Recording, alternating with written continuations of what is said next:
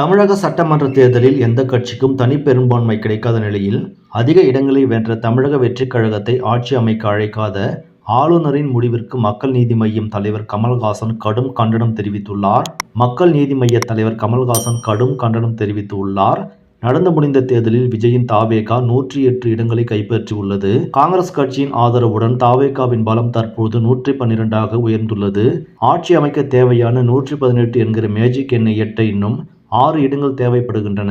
நேற்று மாலை ஆளுநரை சந்தித்த விஜய் ஆட்சி அமைக்க உரிமை கோரினார். ஆனால் 118 எம்எல்ஏக்களின் ஆதரவு கடிதம் இல்லாததால் அவரை ஆட்சி அமைக்க அழைக்க ஆளுநர் மறுத்துவிட்டார். இந்த விவகாரம் குறித்து கமல்ஹாசன் சமூக வலைதளத்தில் வெளியிட்டுள்ள பதிவில், விஜய் தலைமையிலான தாவேகா 108 இடங்களில் வென்று உள்ள நிலையில் அவரை ஆட்சி அமைக்க அழைக்காமல் இருப்பது தமிழ்நாட்டு மக்களின் ஆணையை அவமதிப்பதாகும். தேர்ந்தெடுக்கப்பட்ட 233 உறுப்பினர்கள் இன்னும் பதவியேற்க முடியாமல் இருப்பது மாநிலத்திற்கு நேரும் அவமானம். பெரும்பான்மையை சட்டமன்றத்தில் தான் நிரூபிக்க வேண்டும், ராஜ்பவனில் அல்ல என எஸ்ஆர் பொம்மை வழக்கில் உச்சநீதிமன்றம் தெளிவாக சொல்லியிருக்கிறது.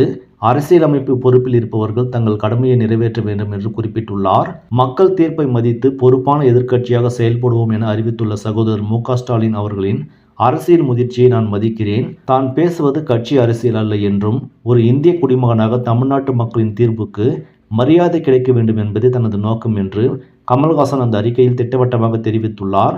தாவேகாவிற்கு இன்னும் 6 எம்எல்ஏக்களின் ஆதரவு தேவைப்படும் சூழலில் ஆளுநரின் அடுத்த கட்ட நடவடிக்கை என்னவாக இருக்கும் என்பது இப்பொழுது ஹாட் டாபிக்காக உள்ளது.